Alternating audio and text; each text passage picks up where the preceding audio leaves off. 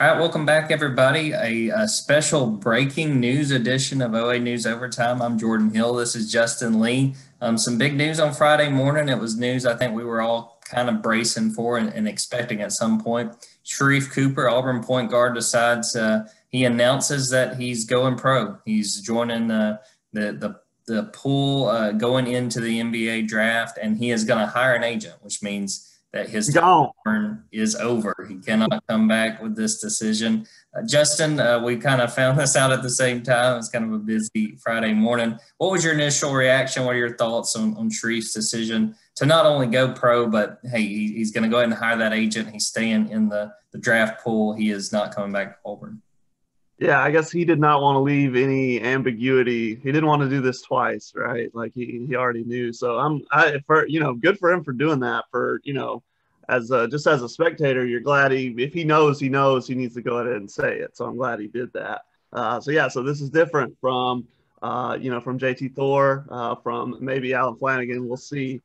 Those are two guys who will probably JT we know put their name in, test the waters with a fair with a door open to return. Sharif says he's gone. So not a surprise. I mean, for either of us. I've been saying it, on overtime for a little while now. But yeah, I mean, I think he's going.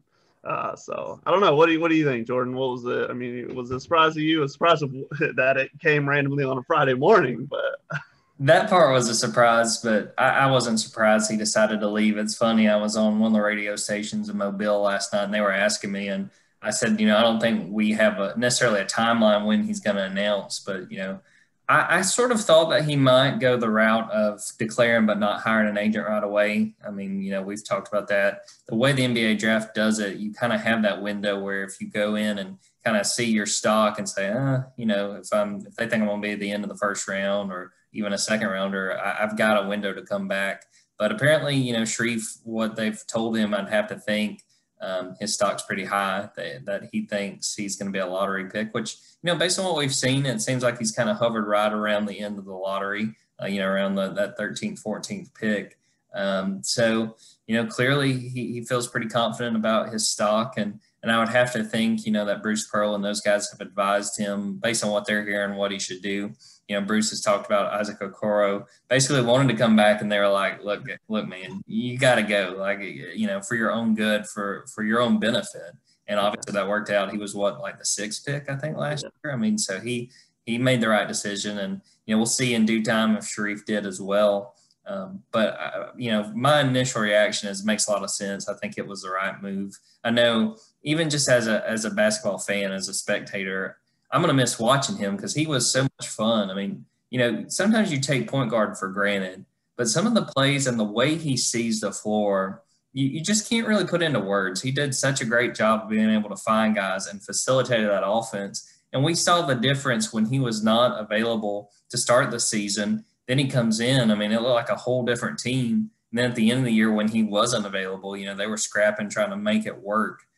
So I'll hate, not being able to get to watch him live up close like we did this year. But I think he's got a bright future. I'm really interested. Haven't had a chance really to see, the teams that people think he's going to go to. But I think he's got a bright future, and he'll be fun to watch. I'll say this for Auburn fans: there's no such thing as a wrong decision here, right? Like it's the right decision because this is what he wants to do, right? He's from the beginning. He's been a guy who we knew he's going to end up in the NBA as a professional basketball player from the beginning. I mean, you just look at his Instagram. That guy's a rising star who wasn't going to be at Auburn very long. I hate it for him that he couldn't have a normal season because of COVID-19.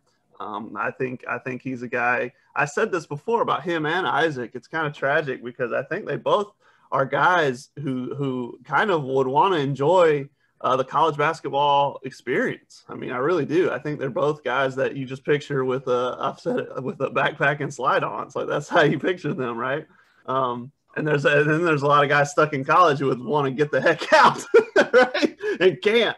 But these poor guys, would have loved to stay in college, but they're too good. So like I said, it's good for them. And I don't know, Jordan, what do you think? So now I'm of the belief that none of these targets, these recruiting transfers, I don't think any of them are Sharife replacements. I think that starts now. What do you think? Yeah, I'll be interested to see. I did want to make one point on that. Yeah, even though this is a big loss for Auburn, I got to think this also is still a pretty good sign for recruiting. I mean, Bruce Pearl can go out there and say, look, the last 2 years we've had guys play a year and go pro. And, as much as guys, like you're saying, Justin, want to go play college basketball, even stay there maybe a few years and play, the ultimate goal is for those guys to go play pro.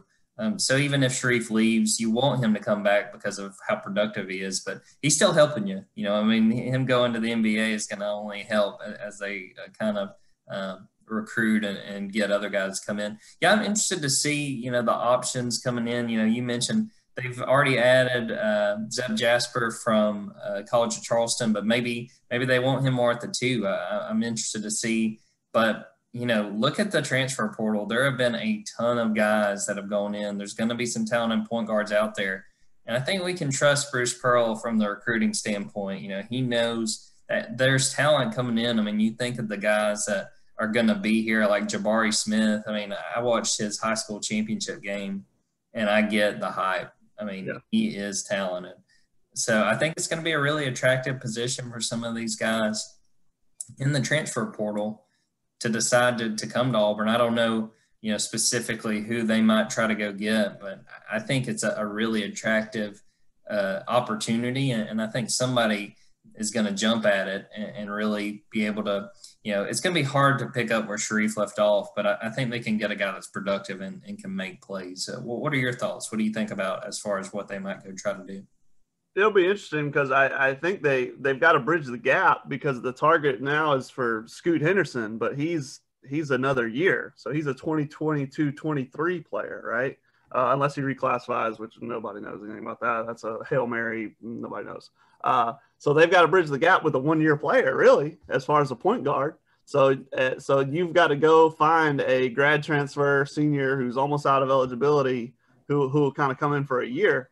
Kind of a mercenary type deal, I would think, unless you, of course, if it doesn't come to pass, a guy like Zeb Jasper could probably just play point guard. But, I think that's what they'll have to do is go find – it's a pretty specific little niche you're looking for. But, I mean, like we said, the transfer portal has never been more player-friendly, get moving around, especially because of COVID and the eligibility relief, moving around and shifting pieces has never been easier.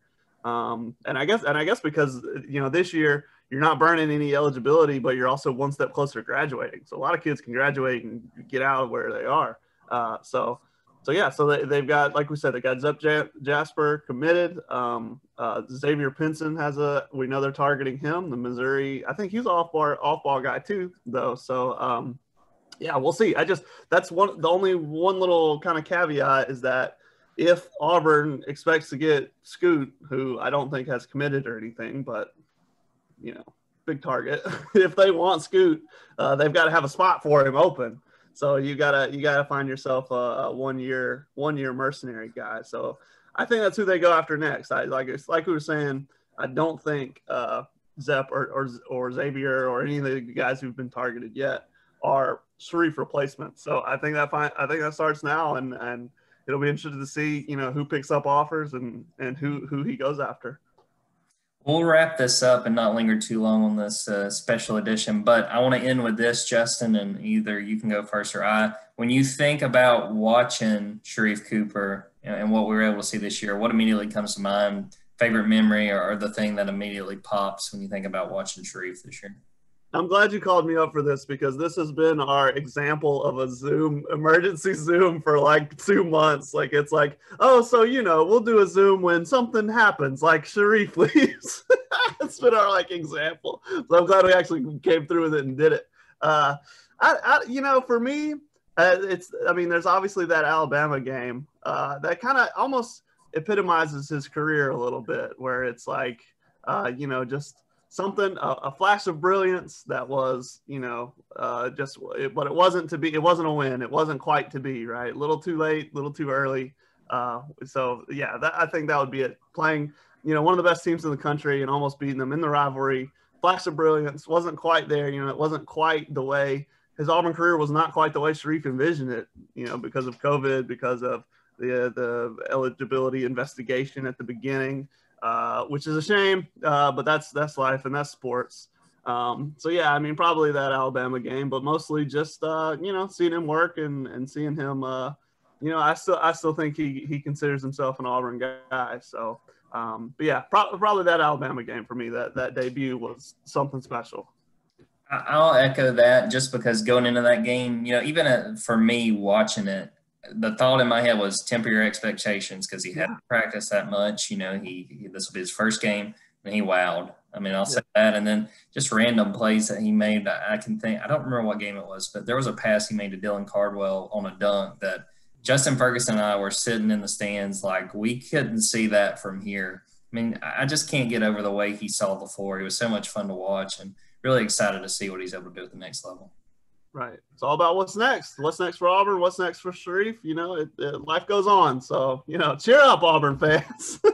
There will be plenty to root for, I have no doubt. Well, Justin, I appreciate you jumping on this special quick hitter. And I'm sure we'll have more to come when Sharife kind of finds out where he winds up. And we'll be talking plenty of Auburn basketball, what they do from here as we get a little bit closer going into the summer and leading up to next season.